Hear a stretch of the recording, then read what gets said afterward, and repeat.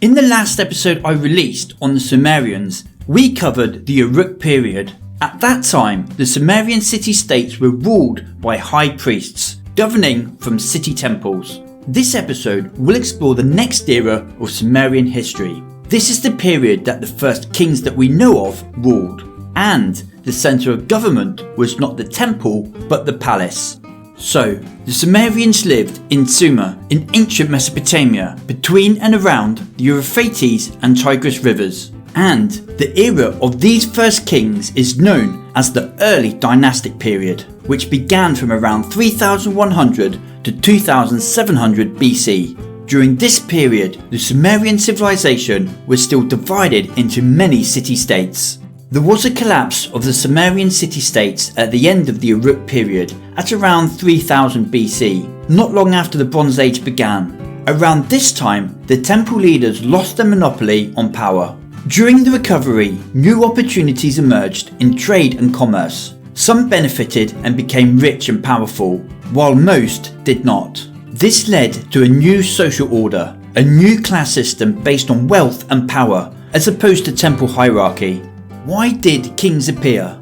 Well, the leading theory is that powerful men would have needed to assume a position of power and leadership when the city needed to organise a military defence against outside raiders, hordes and armies. This may have been done either by appointment from important members of the city or, and probably more likely, self-appointment due to the power of one's own authority.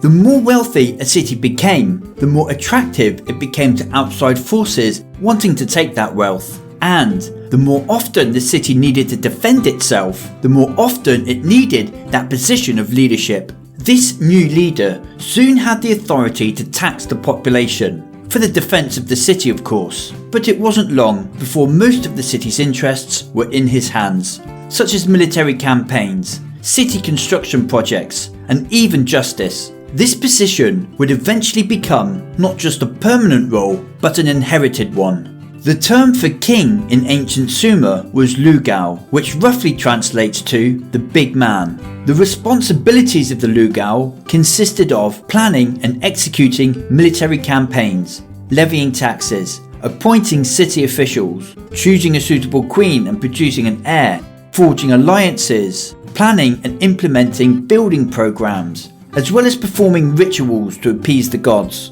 As for his subjects, they were obliged to pay their taxes. They may even be called up for labour duty for some building project, and of course, military service when called upon. Although the king would have had a palace bodyguard to enforce his authority at home, his army would be made up of farmers, fishermen and tradespeople. So, let's take a look at the king's army. The king was expected to personally command the army. It has been estimated that a Sumerian city-state could muster about 500 to 600 men for battle. The main weapons were spear, axe, or even a stone-headed mace. The bulk of a Sumerian army consisted of spearmen. They wore helmets and capes and had large shields forming a phalanx formation. This was the early Bronze Age, so these armies were equipped with bronze weapons. In support were the chariots. These chariots had 4 wheels and were pulled by 4 asses, as opposed to horses that hadn't been domesticated yet. Sumerian chariots were slow and immobile, and it is still debated on how they were actually used. Some have suggested that they were mainly used for carrying equipment and transport.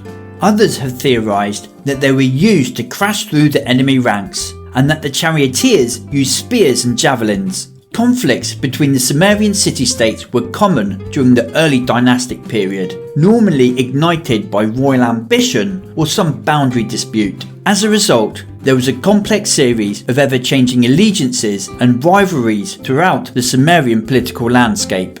Each city-state had its own patron god or goddess, and in the minds of the soldiers, they represented not just their city-state but also their deity. Victory was seen as a sign that your god or goddess was pleased, whilst defeat was seen as an indication that your deity was dissatisfied for some reason. Maybe some offence or insult had been committed. Either way, it was important to ensure that you had done everything to appease your gods before battle.